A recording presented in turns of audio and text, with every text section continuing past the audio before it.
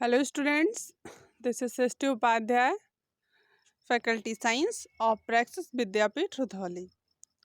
बच्चों, हम लोग पढ़ रहे थे चैप्टर नंबर 12, यानी कारणों से। पिछला वीडियो आपको 2 पार्ट्स में मिला था और ये वीडियो भी आपको बहुत ज़्यादा लंबा नहीं मिलने वाला है क्योंकि थोड़ा सा बचा हुआ है। हम लोग चैप्टर पढ़ रहे थे एयर, वाटर एंड वेदर।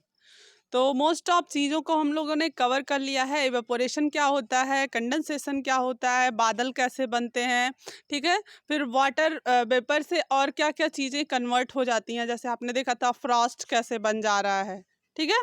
जब वाटर वेपर जो एटमॉस्फेयर में होता है, बहुत ज़्यादा लो टेम्परेचर होने की वजह से वो वाटर वेपर पहले वाटर में चेंज होगा, फिर धीरे धीरे बर्फ़ बन जाता है, उसी को फ्रॉस्ट कहते हैं। आज हम पढ़ेंगे स्नो के बारे में। स्नो क्या होता है? बर्फ़। सुनते हैं हम लोग ना कि बर्फ़ पड़ रहा है, वहाँ पे तो ओले पड़ रहे हैं, नहीं जाना है, अनाज नुकसान हो जाएगा। तो ये स्नो होता क्या है, देखते हैं। When water vapor freezes in the air, जब वाटर वेपर, आप सबको पता है कि ग्राउंड वाटर जो होता है, जो भी ज़मीन के जो भी वाटर बॉडीज हैं ज़मीन पर, उनका सारा वाटर क्या होता है, सूरज की रोशनी से गर्म होकर के ऊपर चला जाता है, इवेपोरेट होकर के चला जाता है वाटर वेपर के फॉर्म में एटमॉस्फेयर में। अब कुछ वाटर जो होगा बेटा, वो एटमॉस्फेयर में यानी कि एयर में भी प्रेजेंट होगा। तो बहुत ज़्यादा ठंडी जब होती है, बहुत ज़्यादा लो टेम्परेचर हो जाता है, तो उसकी वजह से ये जो वाटर वेपर है, यानी कि जो हम कह सकते हैं कि पानी का ही फॉर्म है लेकिन गैसियस फॉर्म है, ये धीरे धीरे जम जाता है एयर में, फ्रीज हो जाता है। और फ्रीज होने के बाद क्या होता है, it forms crystals of ice called snow. ये आइस के क्रिस्टल्स बना लेता है, जैसे स्नो कहा जाता है, छोटे छोटे ऐसे पार्टिकल्स बर्फ के, उसी को स्नो बोला जाता है। If the condition in a layer of the atmosphere is extremely cold, that is freezes the minute and teeny particles before they collect into raindrops, snowfall takes place. और धीरे धीरे ये कंडीशन अगर कंटिन्यू रहता है, एटमॉस्फेयर का low temperature continuous चलता रहेगा, ठंडक पड़ती रहेगी, तो क्या होगा, धीरे धीरे ये पार्टिकल्स और बड़े होने लगेंगे और पानी के साथ, बारिश के साथ गिरते हैं, ठीक है। आपने भी देखा होगा ओले गिरते हुए, बर्फ, बारिश होती है तो उसके साथ क्या गिरता है, बर्फ गिरता है कभी कभी। वही क्या है बेटा, स्नो है। तो उसे हम लोग क्या कहते हैं, स्नोफॉल। स्नोफॉल क्यों होता है? क्योंकि एयर में प्रेजेंट जो वाटर वेपर है वो बर्फ में चेंज हो गया है, बहुत ज़्यादा ठंड की वजह से, बहुत ज़्यादा लो टेम्परेचर की वजह से, और धीरे धीरे वो कंडीशन कंटिन्यू रहा, जिसके कुछ टाइम बाद क्या होगा, पानी के साथ वो बर्फ भी जमीन पर आ जाएगा। अब आगे देखेंगे ह्यूमिडिटी। ह्यूमिडिटी क्या है, नेक्स्ट टर्म है आपके चैप्टर का। तो ह्यूमिडिटी देख लेते हैं। The amount of water vapour in the air is called humidity.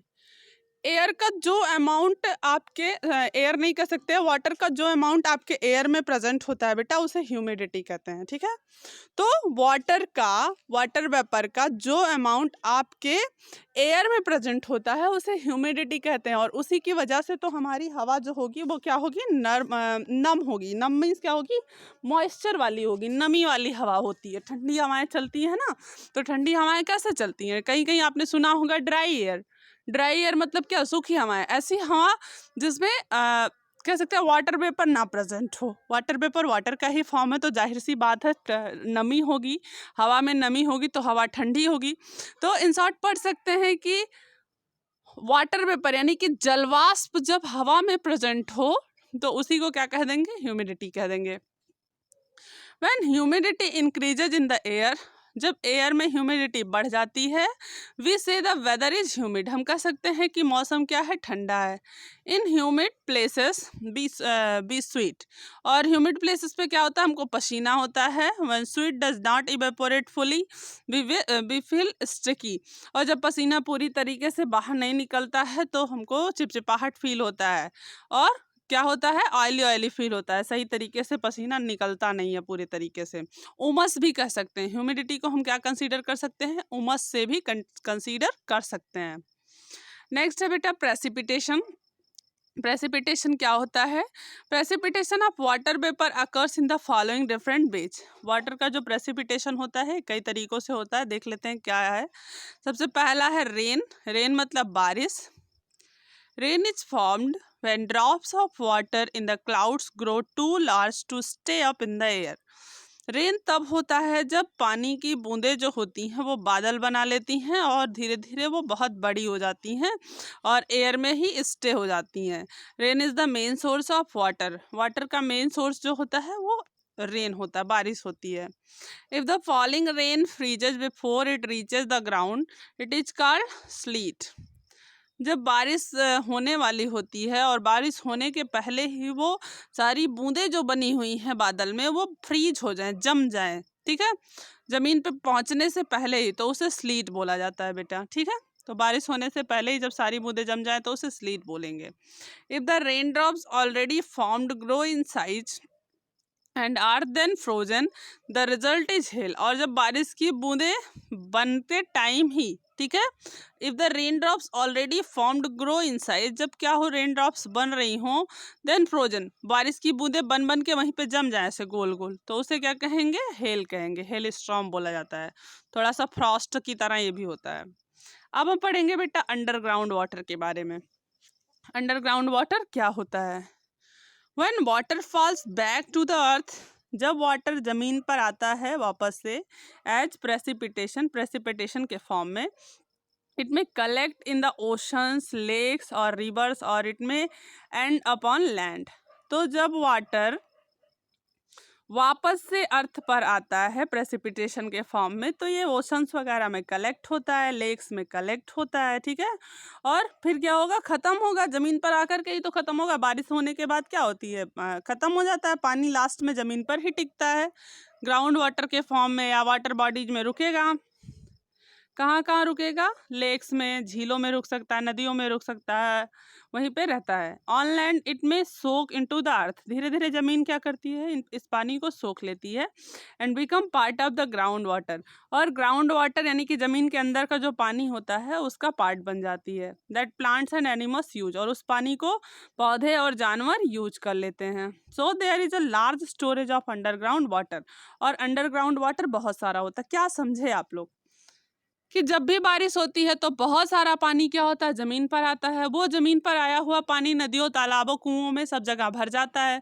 इसके बाद कुछ वाटर जो होता है इवेपोरेट होकर के एटमॉस्फेयर में चला जाएगा। कुछ वाटर जो होगा बेटा उसको जमीन सोख लेती है, और यही सोखा हुआ पानी जो नीचे जाता है उसे ग्राउंड वाटर बोला जाता है, ठीक है, जमीन के अंदर वाला पानी।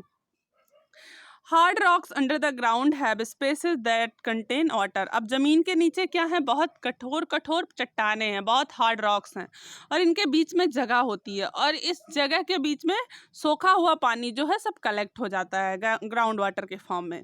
These are the sources of water for wells and springs. और ये जो वाटर होता है जमीन के नीचे वाला, ये सोर्स होता है, अच्छा सोर्स होता है किसके लिए, कुओं में जो पानी आता है, झरनों में जो पानी आता है उसके लिए। Wells are drilled and water is pumped out. कुएं खोदे जाते हैं तो आपको पता है ना, पानी जमीन से बाहर आता है। अब कहाँ से आता है, जादू से तो आता नहीं है, कभी किसी टाइम में वहाँ पे वाटर क्या हुआ होगा, सोख हुआ होगा, सोखा गया होगा वहाँ पे बारिश वारिश के थ्रू, तभी वो पानी निकल रहा है। Pumping out too much water brings down the level of water and causes the wells to dry. अब बहुत ज़्यादा वाटर किसी बेल से निकाला जा रहा है तो क्या होगा, धीरे धीरे वाटर उस जगह का खत्म हो जाएगा और कुआं कहते हैं सूख गया। तो कुआं सूखने का क्या रीज़न हुआ बेटा, कि बहुत ज़्यादा पानी निकाल लिया गया और वहाँ पे वाटर का और कोई सोर्स नहीं है, तो ग्राउंड वाटर क्या होगा, धीरे धीरे खत्म ही हो जाएगा।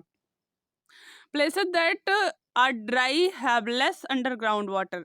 वह जगह जो सूख जाते हैं वहाँ पे अंडरग्राउंड वाटर कम होता है। The level of underground water in an area is called the water table. ध्यान दीजिएगा, किसी भी जगह पे जो अंडरग्राउंड वाटर का लेवल होता है, ठीक है, किसी भी प्लेस पर जो अंडरग्राउंड वाटर का लेवल होता है उसे हम क्या कहते हैं, वाटर टेबल कहते हैं। एक बार फिर से देखिएगा कि ऐसे जगह that are dry have less underground water, वह ऐसे जगह जहाँ पे कम अंडरग्राउंड वाटर होता है वह जगह सूख जाते हैं।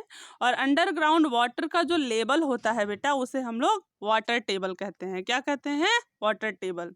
Water is a limited resource, we must observe it. Water जो है एक लिमिटेड रिसोर्स है, हमें क्या करनी चाहिए, इसकी देखभाल करनी चाहिए, ऑब्जर्व करना चाहिए। आगे देखेंगे बेटा इम्प्योरिटीज इन वाटर। वाटर में प्रेजेंट इम्प्योरिटीज के बारे में, गंदगी क्या क्या होती है वाटर में, तो देख लेते हैं। Water becomes impure in many ways, बहुत सारे तरीकों से वाटर जो होता है इम्प्योर हो जाता है, यानी कि गंदा हो जाता है। Let us study about it, चलो हम इसके बारे में पढ़ लेते हैं। कैसे पढ़ेंगे? Different materials are carried by water, बहुत सारे मटेरियल्स वाटर के साथ कैरी कर लिए जाते हैं। As water flows down the hills, जैसे जैसे वाटर हिल्स से यानी कि पहाड़ों से या ऊपर ऊपर वाली जगह से कहीं से नीचे आता है, it carries with it mud and sand particles, तो वाटर अपने साथ बहुत सारे गंदगी को लेके आता है, मड पार्टिकल्स, सैंड पार्टिकल्स को लेके आता है। दस वाटर बिकम्स इम्प्योर, और इस तरह से वाटर क्या होता है? इम्प्योर हो जाता है। Many materials dissolve in water, दूसरा पॉइंट है बहुत सारे मटेरियल्स वाटर में डिजॉल्व हो जाते हैं। सम मिनरल्स लाइक शुगर और common salt and a number of chemicals dissolve in water, और कुछ मिनरल्स जैसे कि शुगर और कॉमन सॉल्ट हैं या कुछ केमिकल्स भी वाटर में डिजॉल्व हो जाते हैं। व्हेन इट रेन्स और द माउंटेन्स और हिल, और जब बारिश होती है माउंटेन्स या हिल्स पर, the water flows down and it carries with it some minerals and dissolve impurity, और जैसे जैसे ज़मीन पर बहेगा धीरे धीरे क्या होगी? इसमें बहुत सारी इम्प्योरिटीज भर जाएंगी, और जिसकी वजह से वाटर क्या होगा बेटा? गंदा हो जाएगा। तो हमें इम्प्योरिटी नहीं होने देनी चाहिए वाटर में, उसको प्रोटेक्ट करना चाहिए, वाटर को सेव करना चाहिए, जिससे हमको फ्यूचर में वाटर की प्रॉब्लम को ना झेलना पड़े। अब कुछ कीवर्ड्स हैं। इवेपोरेशन क्या होता है? एक ऐसा प्रोसेस जिसमें वाटर वेपर की फॉर्म में चेंज हो जाता है कूल करने पे। कंडेंसेशन क्या है? एक ऐसा प्रोसेस जिसमें गैसियस मैटर जो है वो लिक्विड में चेंज हो जाता है ठंडा करने पे, और लिक्विड या सॉलिड में भी चेंज हो सकता है। आप लोगों ने बादल बनने वाले केस में देखा है। फॉग क्या है बेटे? Droplet of water vapour suspended near the ground, तो पानी की बूंदें हैं ये वाटर वेपर के फॉर्म में, जो कि जमीन पर सस्पेंडेड रहती हैं एयर के फॉर्म में। एयर में जैसे हमारे अर्थ पे क्या है? एयर है, और एयर में जो वाटर वेपर प्रेजेंट होता है उसे ही फॉग कहते हैं। फॉग यानी कि कोहरा।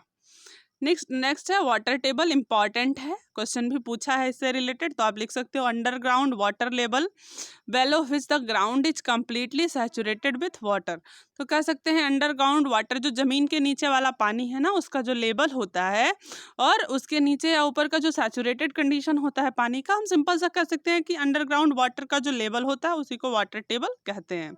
अब आप लुकिंग बैक कीवर्ड सब कुछ अच्छे से तैयार करोगे। ये चैप्टर मैंने आपको पढ़ा दिया है, इसको आप बुक से भी रीड करोगे, वीडियो को भी देखोगे, कहीं पे कोई डाउट होगा तो पूछोगे। नेक्स्ट टाइम मैं आपको इसका PDF फॉर्म दूंगी, PDF बना के एक्सरसाइज दूंगी, और चैप्टर 13 में हम लोग फिर से मिलेंगे नेक्स्ट वीडियो के साथ। तब तक आप लोग रिवाइज करिए। Thank you.